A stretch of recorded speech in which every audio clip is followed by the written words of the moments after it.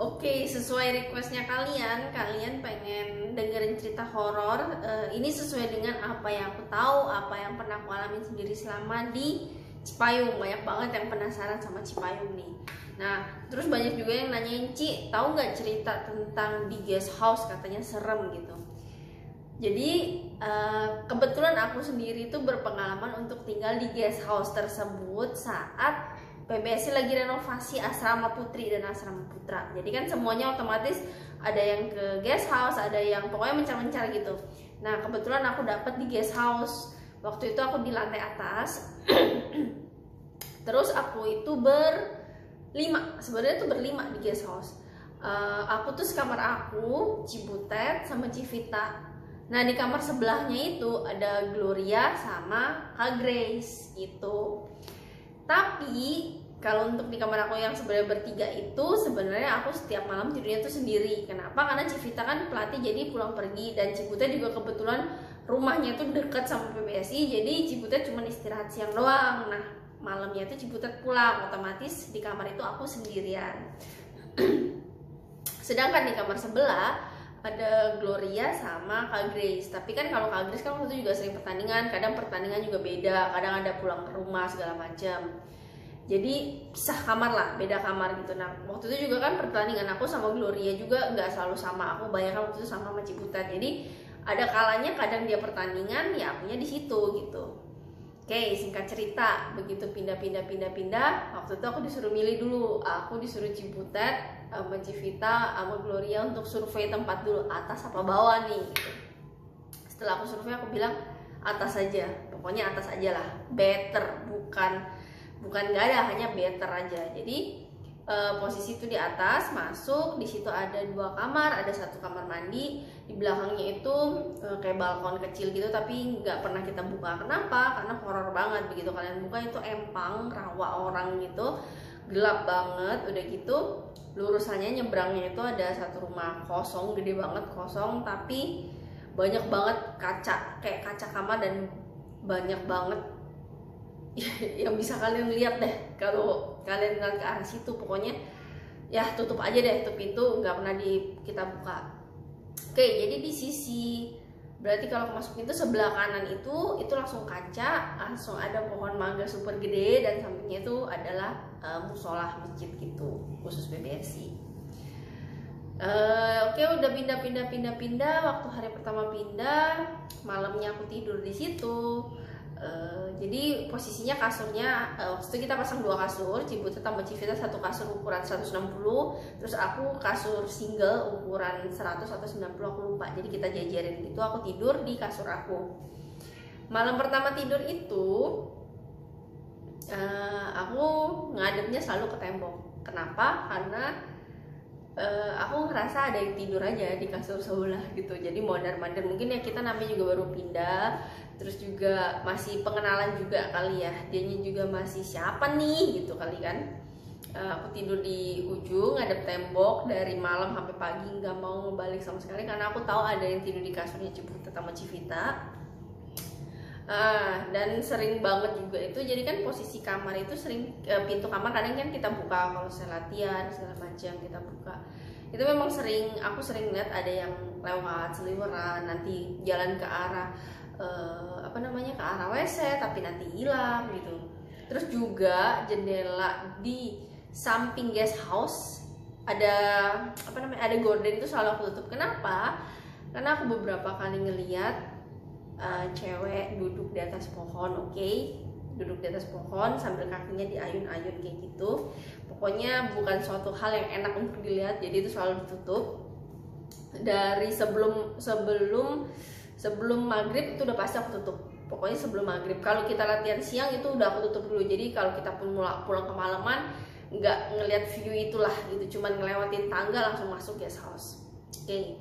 Jadi sering lihat itu. Terus kalau untuk yang seliwer-seliweran di depan kalau kita bilang tuh kayak ruang tamu ya, cuman kayak ruangan kosong gitu aja buat kita duduk-duduk, kadang makan di situ, ya itu sering ada yang lewat gitu.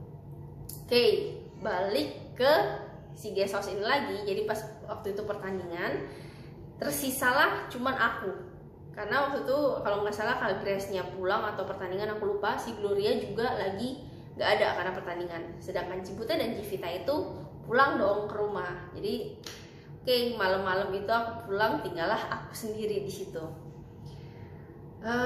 Yang pasti lebih rame kalau sendiri karena mungkin dia cari perhatian kan. Jadi aku sering banget ngeliat kalau pas aku masuk kamar tuh nanti ada yang jalan di belakang aku gitu. Terus posisi kalau kita mau sikat gigi, wastafelnya itu memang ya gimana ya, jadi ini pintu kamar, pintu masuk lurus mentok, di ujung sini adalah wastafelnya yang kacanya langsung ngadep ke jendela luar. Nikmat kan. Jadi sering kali memang aku pas lagi cuci muka, sikat gigi, aku sering melihat ada yang jalan di belakang aku, lihat dari kaca tersebut. Memang cukup serem sih menurut aku, guest house itu sangat cukup serem menurut aku ya, untuk kalau aku yang ngelihat sendiri dan mengalami sendiri. Entah yang lain, ada aja yang bilang enggak tuh nyaman-nyaman aja gitu. Nah pernah juga di situ aku lagi siang-siang selesai latihan siang, mandi. Di situ kan karena WC-nya satu, jadi kita harus buru-buruan pulang. Siapa yang pulang duluan lebih cepat, mandi segala macam. Nah kebetulan waktu itu memang aku posisinya terakhir, aku udah ke bagian terakhir karena aku masih latihan, ada latihan tambahan sama Kak Richard. Jadi aku terakhir tuh, itu hari Sabtu, aku ingat banget hari Sabtu.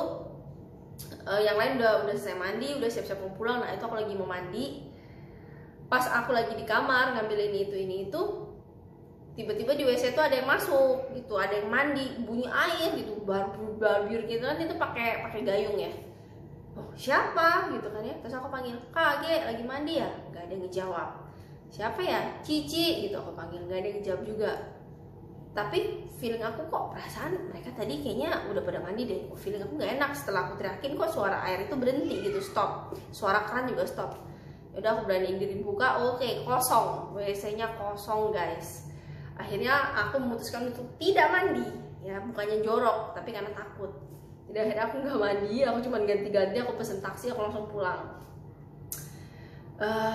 Terus juga pernah, jadi ada kayak mbak yang di asrama yang suka bantuin kita lah gitu, terus suka ngobrol-ngobrol di guest house. Jadi waktu itu dia lagi istirahat siang, dia tiduran lah di ruang tengah itu. Pas dia tiduran, kita semua lagi turun tuh, kita lagi mau ambil makan siang. Maksudnya kita udahlah makan bareng-bareng di sini aja, nunggu di sini. Jadi dia istirahat dulu situ tiduran. Mungkin karena terlalu capek atau gimana dia ketiduran. Terus pas kita pulang dia langsung kaget, bangun, teriak, aduh gitu. Kenapa? Kita tanya, kita kan manggilnya Teti. Kenapa teh? Tadi ada suara cowok batu, gitu katanya. Udah gitu ada yang bilang Assalamualaikum, katanya gitu, tapi suara cowok. Tapi begitu posisi dia mau bangun nggak bisa, badannya tuh berat banget katanya. Badannya tuh berat banget, kayak orang ketindihan gitu. Dia bilang sih seperti itu. Jadi dia langsung, aduh takut dia bilang gitu. Ya itu akhirnya ada kita semua, terus dia bilang besok siang Teteh nggak mau kalau sendirian tiduran di sini, takut katanya. Bener-bener ngedenger suara cowok gitu. Udah gitu ngomong Assalamualaikum, tapi bener-bener suara cowok dia bilang. Dan di situ nggak ada cowok karena kita semua di atas tuh cewek gitu. Jadi kalau pada nanya, memang di guest house itu banyak yang punya pengalaman serupa. Menurut aku sih iya, karena ada juga sebelumnya kan pelatih yang tinggal di situ. Sebenarnya itu untuk pelatih, bukan untuk kita, tapi karena renovasi ya kita diungsikan sementara. Jadi aku juga pernah dengar memang pelatih ada yang cerita lagi di situ ngelihat cewek katanya terbang gitu lewat dari pohon mangga ini, terus duduk. Dulu ada kayak sofa gitu, duduklah di depan sofa. Jadi pas dia buka pintu kamar lagi ada yang duduk di situ, otomatis langsung ngibrit katanya semuanya, katanya sih kayak gitu. Dan tadinya kan aku juga belum pernah ngalamin secara langsung, tapi setelah stay di situ aku bisa bilang yes, guest house itu lumayan menguji nyali kita sebagai penghuni di situ. Jadi gitu pengalaman aku selama stay di guest house.